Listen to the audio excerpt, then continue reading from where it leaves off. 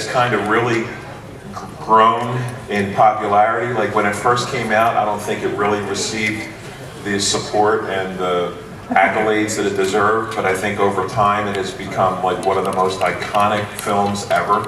And you know, fans that, if you saw the cake last night, the VIP party, like that was just, you know, there's scenes of that movie that are just unbelievable. So it's a real thrill for me to welcome the group of stars that we have coming up next. So without further ado, please welcome Peter Maloney.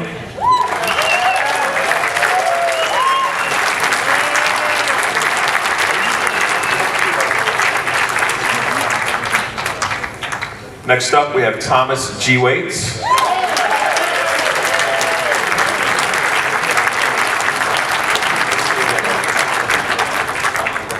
Please welcome Dean Cundey.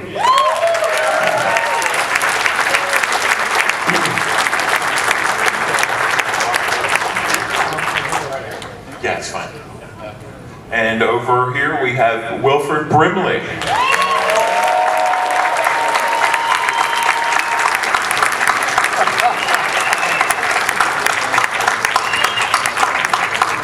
How you doing? Okay. All right. You heard worse music in that in your life? Anybody know the words to that song?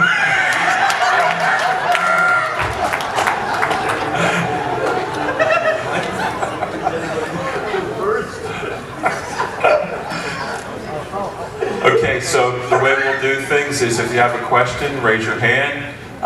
We'll call on you. If you would, just stand up and project your question. We don't have microphones or people running around, trying to run around with a microphone. It takes 15 minutes to get the person asking the question. So if you would, just stand up, speak loudly so we can hear your question, and we'll go from there. First one? Just in your opinion, at the end of the movie, is a child's thing. Neither. Well, the whole point of the movie, it seems to me, is that we aren't supposed to know. So everybody can think what they want to think. But unless we continue the story, which we don't and won't, you'll never know. You know, it's interesting because I remember at the time when we were actually shooting it, the crew would say, you know, what's the end? Who is really? And so we actually, amongst ourselves, myself and the gaffer and the camera operator, sort of were devising our own sequel, or the ending. You know, they come and they rescue them. They put them on helicopters and take them to the army camp. And then one of them morphs and becomes the next, and the sequel becomes the thing, and they take them back to the States, and the thing takes over America. That was a pretty ambitious film. We never got to shoot that because John said, no, we don't know. That was the end. But didn't that just happen?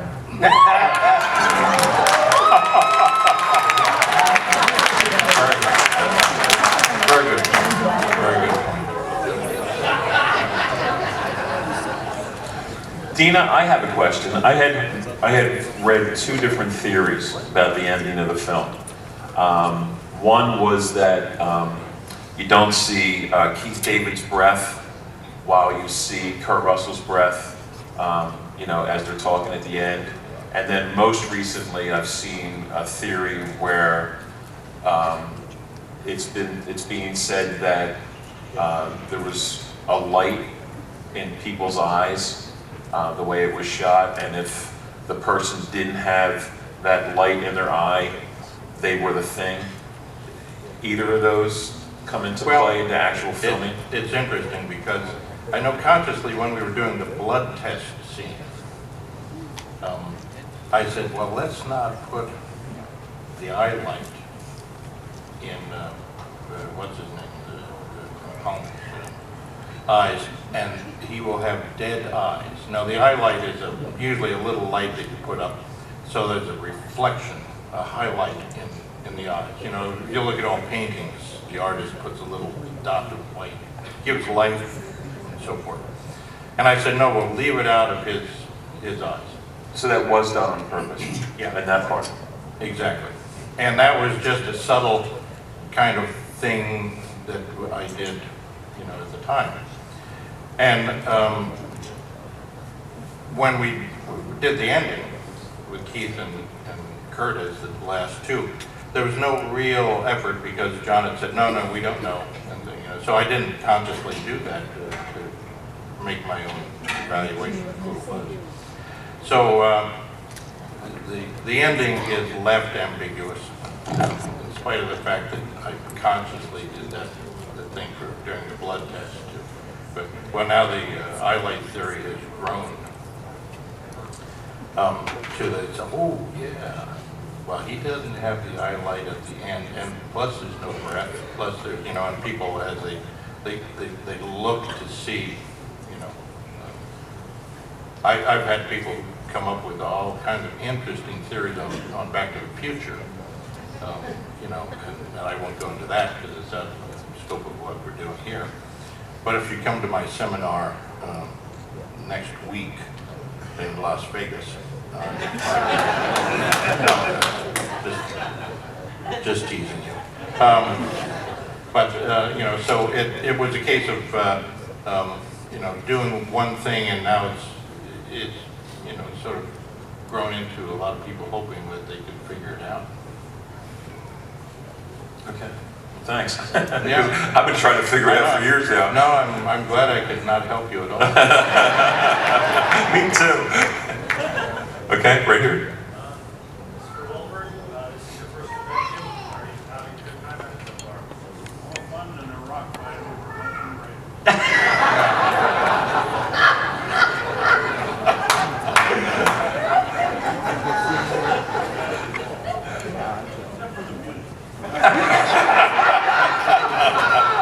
I can't do it.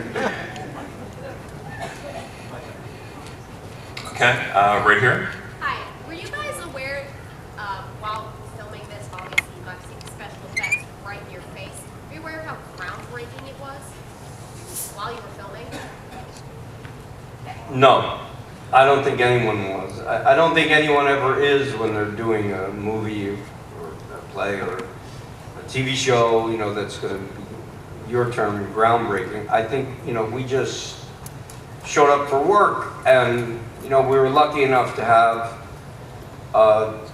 you know, what I consider to be a great director, John Carpenter, and, you know, these excellent actors, so many good actors in one place, and a really good story. And we got 2 weeks of rehearsal, Right. which I think really enhanced the relationships between the characters. And, you know, great cameraman, great crew. And we had, this is the thing, we had so much fun doing this job that I don't think anyone thought for a second that about its success or failure, because we were just having so much incredible fun. Then when it came out and it didn't get good reviews, I think, you know, I know I was very disappointed that the critics didn't get it. I'm sure John was, because he's a serious artist and he had high hopes for it, or he wouldn't have done it. But, you know, I used to be very close with Al Pacino, and I remember asking him the same thing. Did you know The Godfather was going to be? It says, well, I read it differently, and the director's taking it somewhere or not taking it somewhere. Right. You kind of develop a sense about a film that is not fun, not funny, Right. dramatic, not a lot of things. But you never really know about the stuff you know, that you're really dedicated to and you know, have great hopes for. Now, and when the thing first came out, am I right that it was kind of like released around the same time as E.T.? And, you know, so that then you have like two movies about an alien, and one is the, you know, the feel-good, you know, Steven Spielberg E.T., and then, you know, the flip side of that coin is, you know, John Carpenter's The Thing. And it just seemed like the critics really, lauded E.T. and it seemed to me that the thing kind of got, almost compared to it in some light in a negative way. I know when the reviews first came out, it was, that they just didn't realize what it was. I mean, I think over time it's really taken on a life of its own. Thank God. I mean, the first time I saw it, I thought it was a really good film. Just a good film. Okay, whether you're into horror or sci-fi or whatever, just the guy knows how to make a good film. The guy knows how to shoot a good film. He's got good actors, a good story. And I thought it was a good movie. And then I realized that it didn't get the accolades that, everybody wants. I've been in a lot of bad movies. And yeah. And it was, really fun to be part of something that I thought was good, but it did get slammed. The critics really didn't like it, and it didn't do good business, and I think, and that's always, they always have like some tabulator, some number cruncher sitting around going, well, it didn't make this much, and all that. But I am too glad, for a lot of different reasons, that John is finally getting the recognition that he deserves, and the actors are getting the recognition they deserve, and the movie gets the praise that it deserves. Yeah, way to go, John.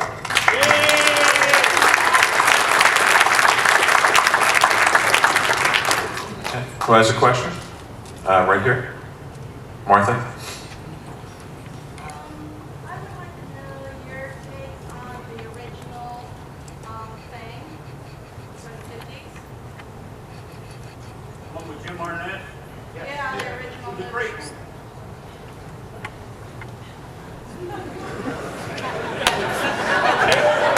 That's Will. Yeah. Subject closed.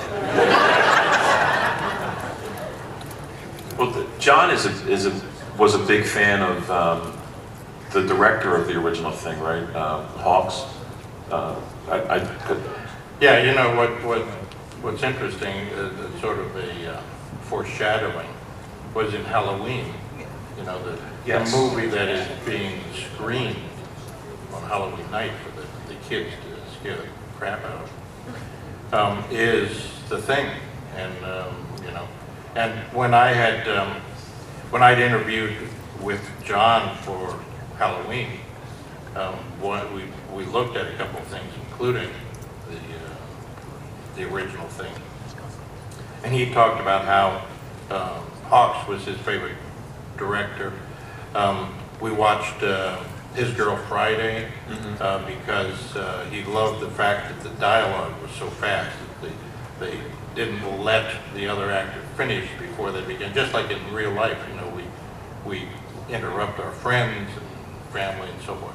So Hawks was a big influence on John, and we looked at it as really sort of predetermined that when he said, "Hey, we're going to do The Thing," of course. Right here. Mr. Brimley, you were also in a film in the 80s about aliens called Cocoon, which I love very much. And I just wondered, you were playing a contemporary of those other actors in the film, but you were quite a bit younger. I just wondered if you have any special memories of working with those people, Ed Don Amici and Hugh Crone. They were wonderful people. They were, what a treat for a dummy like me to be surrounded by. Imagine to be there with the lady that created Blanche Dubois. The lady that played every leading lady that this guy wrote. What was the guy's name? The playwright? Who? No, the other guy. Shakespeare? Maureen Stapleton I'm talking about. And Hugh Cronin, an Academy Award winner. And Amici, he was a pisser, I'll tell you that. Could I ask you all a question? How many of you people seriously take the advice and counsel of critics. Boo! I was telling these kids, I did a play in Albany, New York, the most boring job I ever had in my life. I was Ebenezer Scrooge for 6 weeks and twice on Saturday. And after opening night, same newspaper, two different critics. One guy said I brought a humor and a brilliance to Charles Dickens that had been lacking for centuries. The other guy said I was an insult to the memory of Charles Dickens. I should be banned from ever setting foot on the stage again. Go figure. This movie here, we're talking about The Thing. I'm shocked. You know, I thought it was okay. Well, now I'm looking at a room full of people that pray to this goddamn show.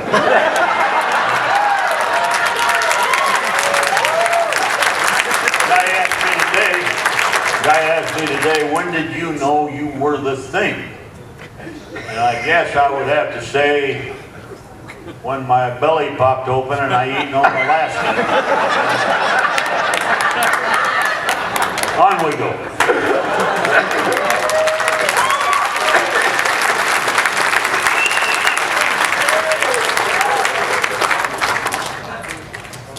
Okay, next question.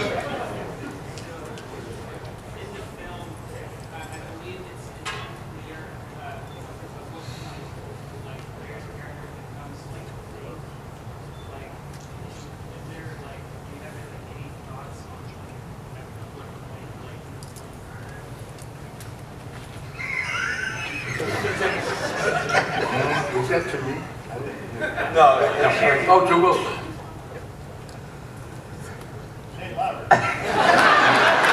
he wants to know when you became the thing. People say, well, I was Hamlet when I played Hamlet. Oh, that's bullshit. And when I became the thing is on the day that he said, now here, you're going to walk up to this guy and you're going to stick your hand in his face. I said, you're serious?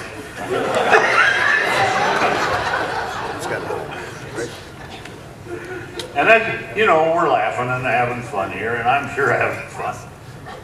And I had fun on that job. These kids up here, they made my life fun. I look forward to every day coming and seeing a little Tommy Waits and Joe Pullis and Don Mulford, and it was just fun, you know. I never read the reviews. I don't read that shit.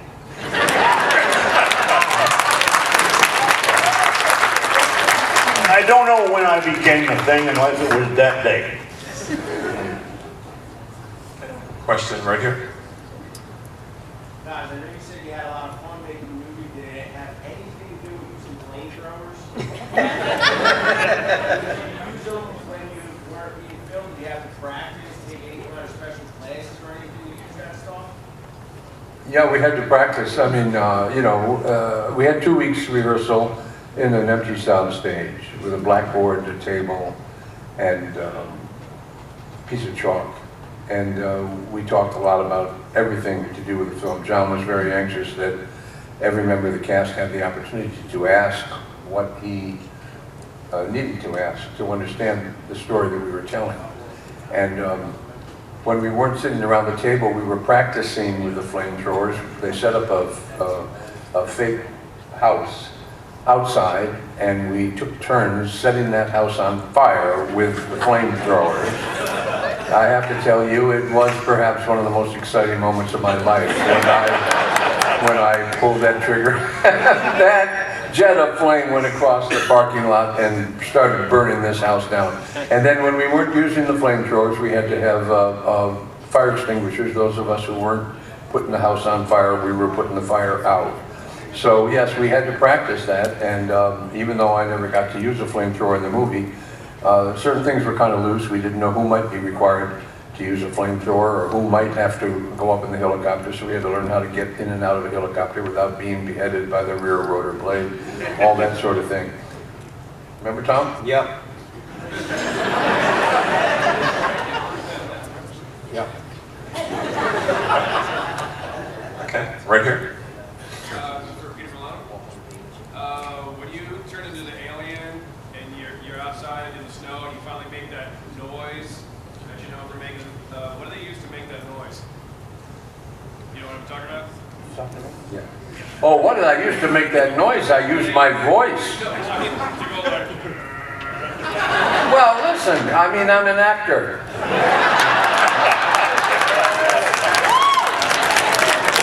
That's what I'm getting paid for. And every once in a while, I say once about every 3 weeks, I get stopped in New York City by somebody who says, make that noise that you made. And so there on Madison Avenue, wherever I am, I turn, I extend both arms, I turn my head to the right and I go,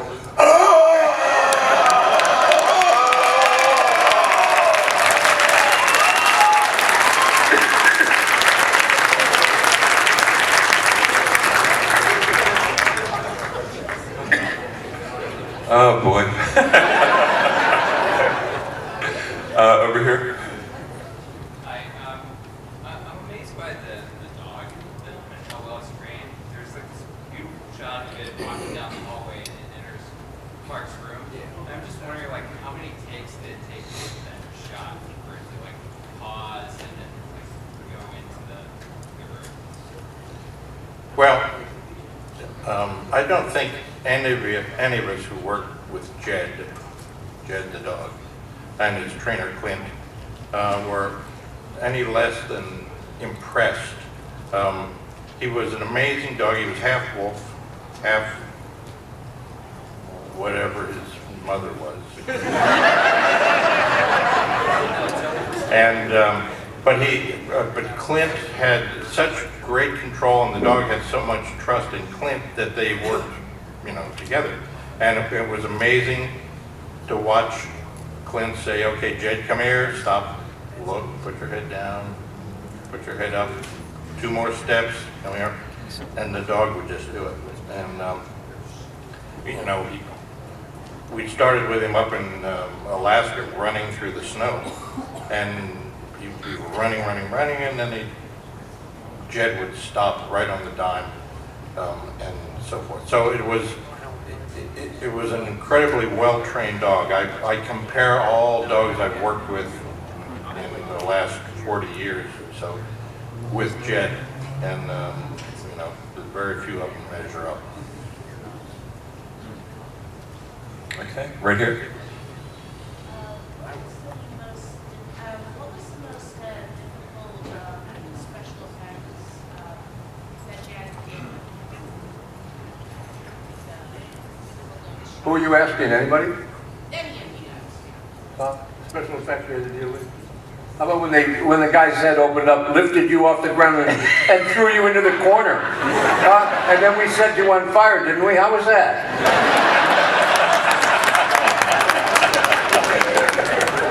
No big deal. No, but I want to tell you a funny story though. While we're here, I have to tell you this story because it's really interesting. John is a great guy and he's great to work with and everything. But one day, David Clennon, the guy who played Palmer, he and I were doing a scene. You probably don't remember this, but it was a scene about 2 pages long, which is a lot of time in a movie. And John watched us rehearse the scene, and he said, "I'm sorry, you guys, I got to cut this scene." So David Clennon and I are like, "What? How can he do that to us? What the? How can that do that to us? That's my scene. That's my big scene." And we're, really like going off, complaining, especially me. And about 2 minutes later, John sticks his head around the corner and goes, "I heard every word you said. The mic's still on." I have never been so humiliated in my life. And I didn't know what to do, like here was this guy, gave me this great job, this great part, I was having a ball, and I had to, of course, open my big mouth and mess it up. And I went to Will, he probably doesn't remember this. I have one of those scary memories, I remember everything. And I said, what do I do, you know, when I do? And he said, write him a note. And so I did, and I think he forgave me. No, you don't.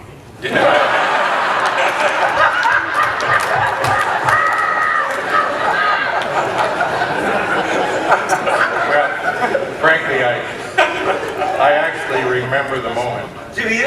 I remember that you guys were around the corner in the hallway or Yes. whatever, and John was sitting with me, and we were talking about the next shot or something, and he was listening on his headphones, and he stopped and he listened and he didn't, and then he listened, and he turned to me and said, "Excuse me, just a minute."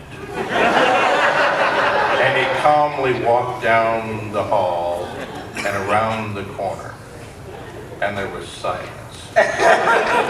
And then he walked back and he said, "I think I took care of that. Now, what were we saying?" So apparently around the corner, you guys were looking at each other and saying, Right. how did he know that? That's what it was. That's the problem with the wireless mics at actors, you know. I know them, some of them that will take them off deliberately when they go to the bathroom because they don't want any chance that there'll be something overheard. You know?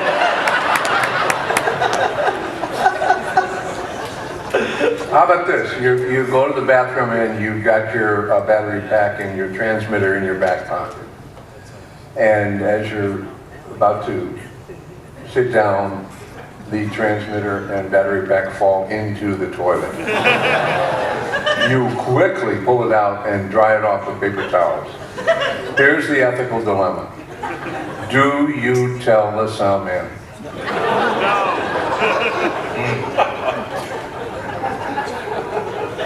No, I don't think. I just project louder. These are the things that they don't talk about in acting school. Okay. Who can we use? And Dick Warlock was sitting there. And so John said, okay, let's use him. And I said, well, he's got a pretty distinctive haircut. Shouldn't we tussle it up or something? He said, no, let's really screw with the audience.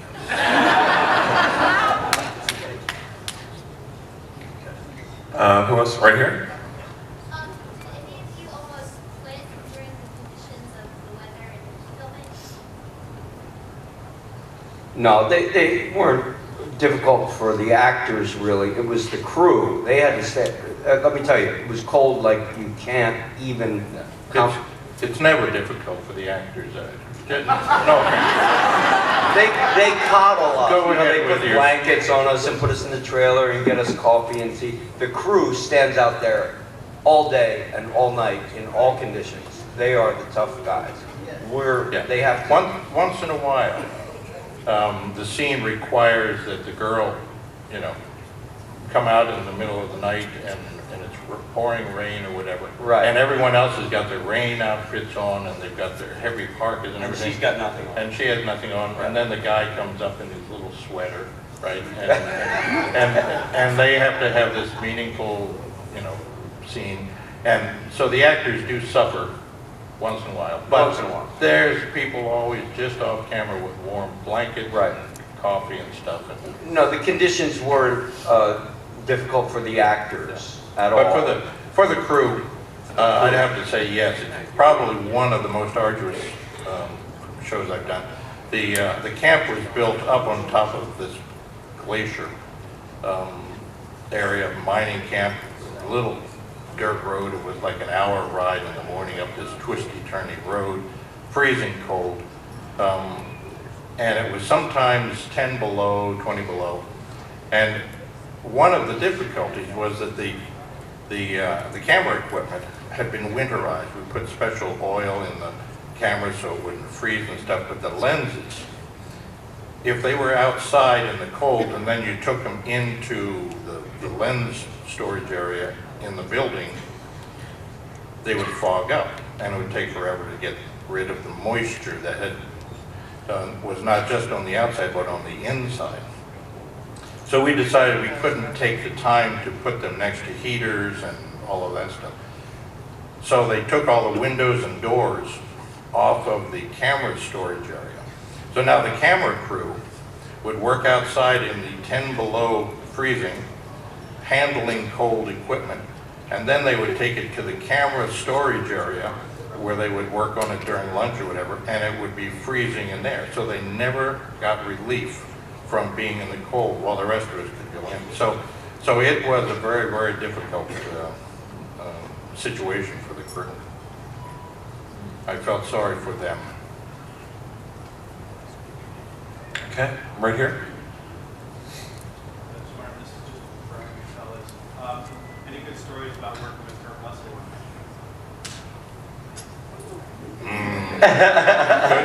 Good stories about Kurt Russell, huh?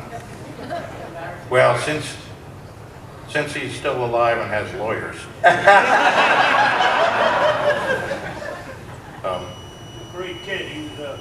He was a ball player, baseball player. He's a great kid. I think the world of him. He is a great guy. I have one, I think it's an interesting story.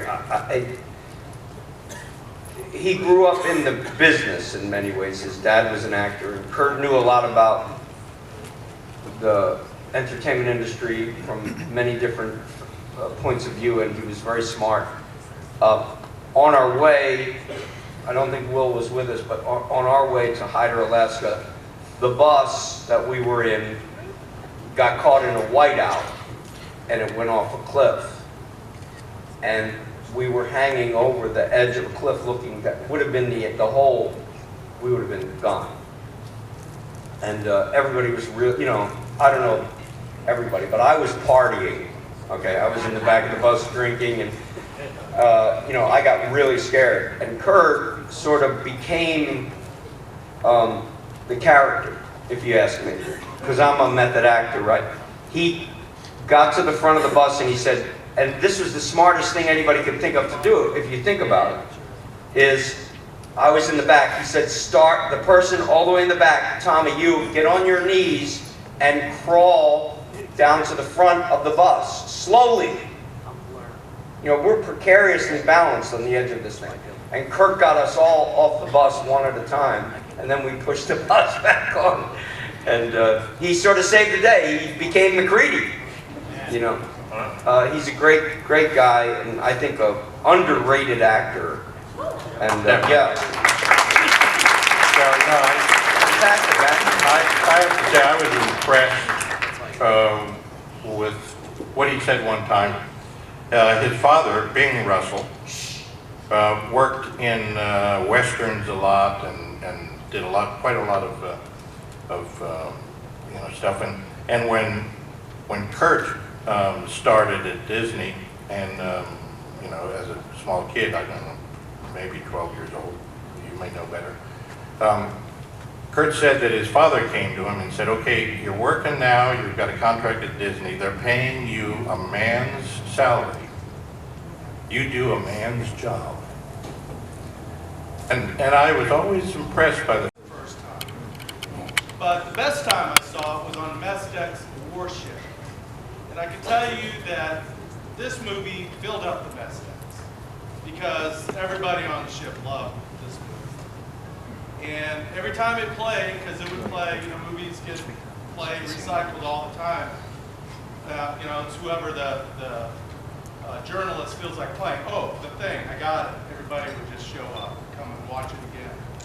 So I just wanted to tell you, cult following, U.S. Navy loved this movie. I'm so glad. Thank you for your service. Thank you for protecting us.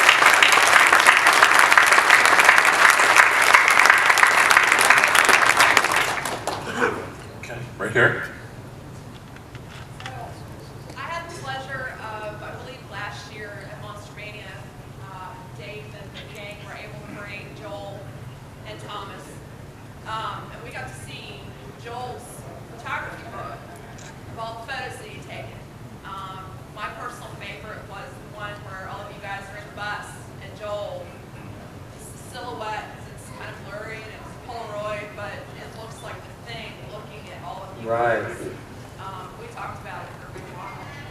So, I know that he's got his photography, but did you guys have anything that you kind of were like, oh, let me just take this M80 and, you know, hold on to it, or any mementos that you guys have from the set? Not me. Wait, what? Do you have any mementos? He kept a diary. Yeah, I kept a diary. He was going to write a book. Yeah, I'm gonna write a book. But I'm waiting for some people to die.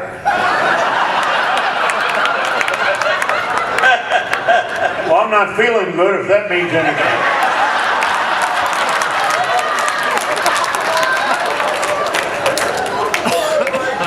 Somebody pass me that pencil sharpener. So the second part of my question is, would you guys consider partnering with Joel to do a coffee table book? Because I'm sure all of us would love, like, pictures and stories and all of that together. Well, you know, I thought the movie was going to be this tremendous hit, you know, and so did Universal for a long time before it opened. And so I had the intention of writing the book, The Making of the Thing. I'm a writer, and I have friends who had successful careers writing that kind of book. Carl Gottlieb with the Jaws journal. And so I have a journal that I kept while we were shooting the film, and I'd love to turn it into something. Unfortunately, the film's reception at the beginning was not good, and so no one was interested in any kind of a book of that kind. But maybe now that I look over this sea of faces of fans, it's very gratifying to see after all these years how much the movie means to people. This is my first convention of this kind that I've ever been able to come to, and it's been very, very meaningful to me to hear from you how much the film meant to you. I've seen 3 generations of people standing, waiting to give me money. A grandfather, a father, and a son, and it's very, very thrilling. Thank you so much. I gotta tell you something, I've never been to one of these things before. I didn't even know they had them. But I've had people come up to me and dumbfound me. Say, thank you so much for this and that. Thank you for the hours of entertainment and da-da-da-da-da-da. I owe you, the audience, a great debt. And I'd like to take this opportunity to humbly express my love for you and my gratitude to you. You've allowed me to make a living. I always thought it was stealing.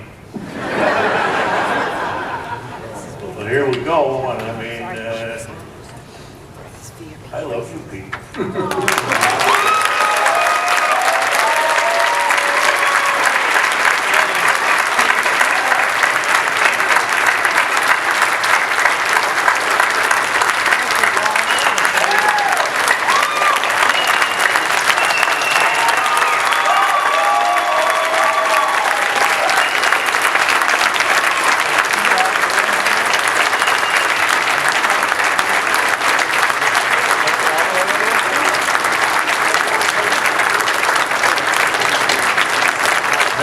Now you want to know how they really got them dogs to do all that stuff?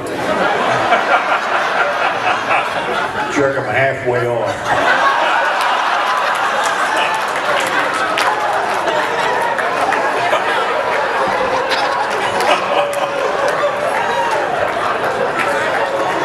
All right, ladies and gentlemen, honestly, we can't end on a better note than that.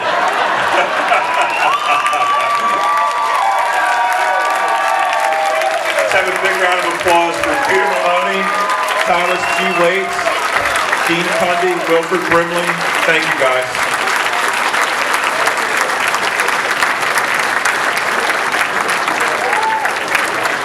Thank you so much.